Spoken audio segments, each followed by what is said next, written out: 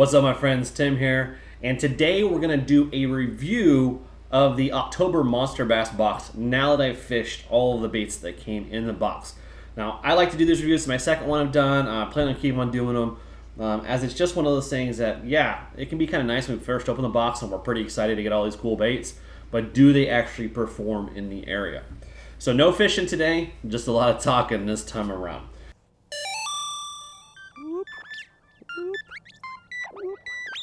So remember, these are my own opinions, a little bit different. I'm in Kansas here. It is one of our border states in the different areas that are for monster bass. So sometimes it can be a little tricky for them to figure out the baits there, but I'm hoping by doing these, hopefully Rick and Ben and the guys watch these, that we can improve the baits that come out there. Because I like what monster bass is doing, especially folks like myself who are learning to bass fish, and I just taught myself this last spring. Now, my thoughts here are my own. They are specifically for me and my style of fishing. So what I may or may not have liked in the box, you may love and may work great for your area. So keep that in mind as well. The best thing out there is really just to try these things, and that's the reason why I like getting these different baits and trying these different things out. Otherwise, I'd always kind of stay in my lane kind of thing and never try anything different. So I've got all the baits lined out except for one that I lost, but I'll talk about that here in a second. And I'm actually going to start from the one that I like the least and go to the one that I like the best. And kind of talk about each one and why. So let's jump right in. This is the lure that I really ended up having a not so great relationship with, to the point I put it back in the package and threw it back in my storage box and haven't touched it since. And that's the Savage Gear 5-inch red ear. Which was upsetting because October would have been the September box. I got the Savage Gear top water bat, and I like that bait a lot. I like that lure a lot. Actually, I had to super glue it back together because I keep using it a lot. But this one here, I just did not enjoy. I did fish this for about 6 days, and usually fish for at least an hour and a half, 2 hours each time. I tried this in multiple bodies of water, everything from smaller ponds, my bass pond that I tend to test baits out that I know have great baits. Actually, with one of the other lures that was in the box, I caught 3 fish within 45 minutes.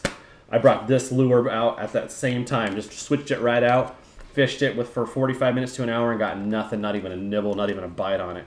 A couple of things I don't like about it. Number one, the size. I'll take it out of the box here. It's a large swim bait. It looks cool and all. But it's heavy and it's really cumbersome to cast.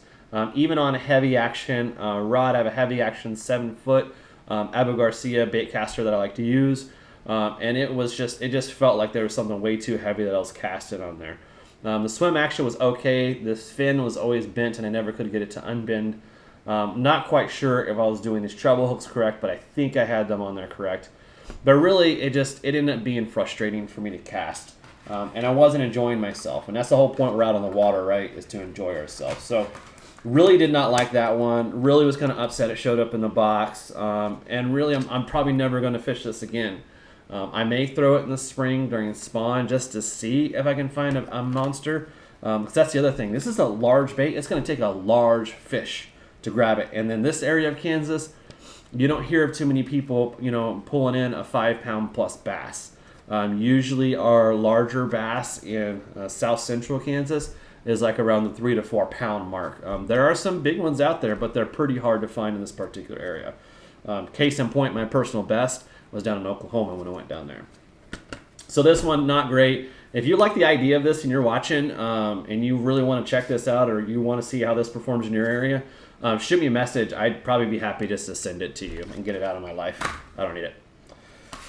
So not happy with that one. The next one up was the Norman Lures. It was a deep water dive crankbait. I like the look of the bait, but I really didn't like it because it's a deep diver, and I'm a shore angler. I fish from the shores the majority of the time. I do get my kayak every once in a while. I'm trying to do that more next year.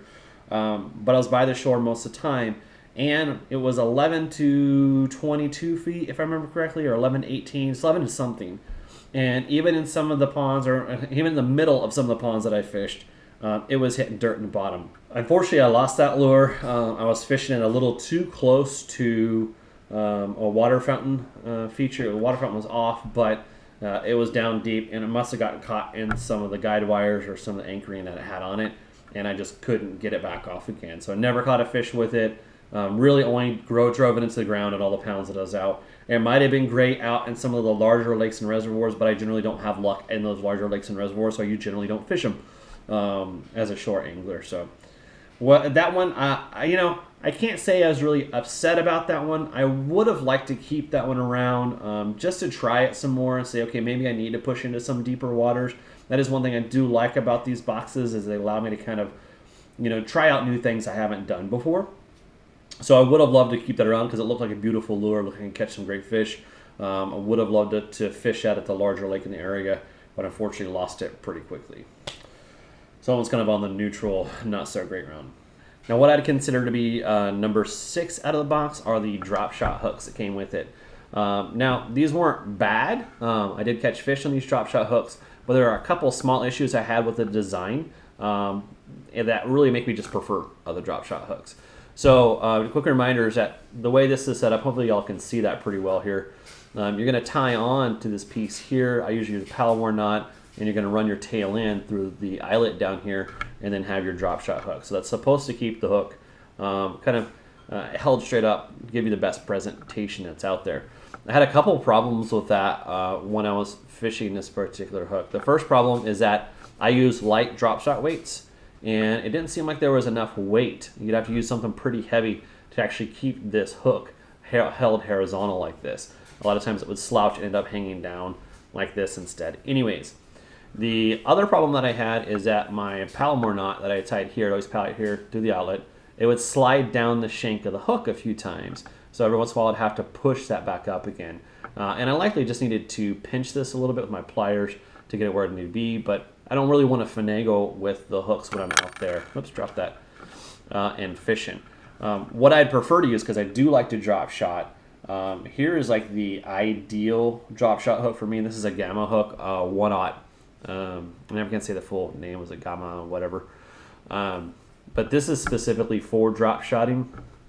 So you can see it has a barrel swivel here, tie onto the top up here, and then the bottom has some of these little cinch points where you just put your line in and cinch it down. You don't even have to tie a knot on the bottom. These stand up wonderfully. It's held exactly where you want it to be. So if you pair this with like a floating bait, Z-Man, or like the V&M that came with the box in October, that'd be great.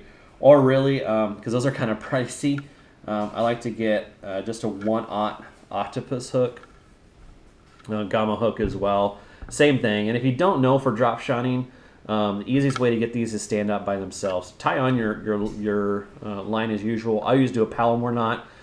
Leave myself lots of extra leader out there, probably a good 10 inches or so, and I can trim it down. But you take that tag in and you just run it back through from the top to bottom and pull, and that's going to put that hook sitting out perfectly for you. So you usually don't need any type of special mechanisms to get your hook to stand up right if you tie it that way. So I wasn't upset about them. Like I said, 6 out of 8 for the box. Those are okay. I caught fish on them, so I'm not really going to complain too much about that. But if I were going to go buy hooks, I'd go buy one of those other 2 designs instead. They tend to work out best. So next up, we're going to get into the plastic. Plastics tend to kind of hang out in the middle area of all my rankings for these boxes. So we got tons of them, and they always work well, so nothing is wrong with them. But nothing really blows my mind about plastics, right? So what would be, you see, 1, 2, 3, 4, ranked 5th out of the box. And this is the good stuff. I don't consider any of this negative at all. That's going to be these cruncher baits, tube baits. I ended up Texas rigging this one, and it worked perfectly fine. I've drop shot these before, and of course I have a couple of tube jigs as well. These are all right. Brown and green. Let me pull one out to look at it. I don't recognize the brand myself, so usually Monster Bass does some pretty good brand stuff. But there's that bait. It is salted, so brown with black up here. We've got a green, kind of like a green pumpkin, well, like a green with a bright green neon flake on the tail end, which is great. So these did work well. Got me some fish. Nothing major, nothing exciting. I do want to learn and get better at tube baits, so it was nice to get those and sling those around a little bit. Rank number 4, next plastic. This is the Big Bite baits. I'll rip the top of the bag off there. This is their green craw. I mean, a craw is a craw. There's tons of craws out there. I don't see much difference behind them. So just a solid green craw. is salted a little bit, and it worked. It's just another craw.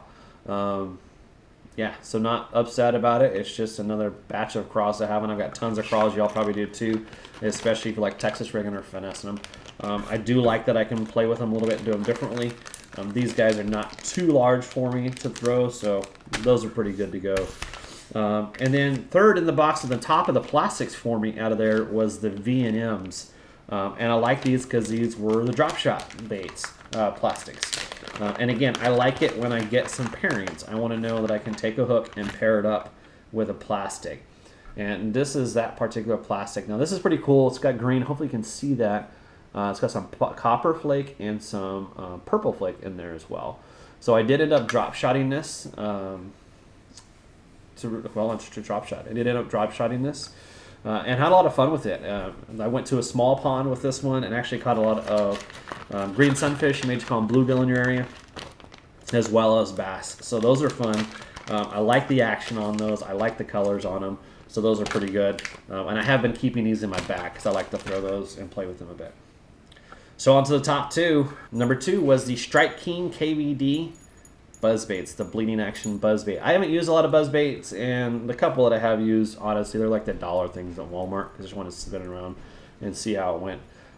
This one was great. I had a lot of fun throwing this around. I still throw this around when I'm kind of seeking out where the bass are in the water, or if I don't have a lot of time and just need to fish real quick. This one I had a lot of fun with, swimming it between vegetation and such. Got a lot of small strikes on one of my smaller ponds.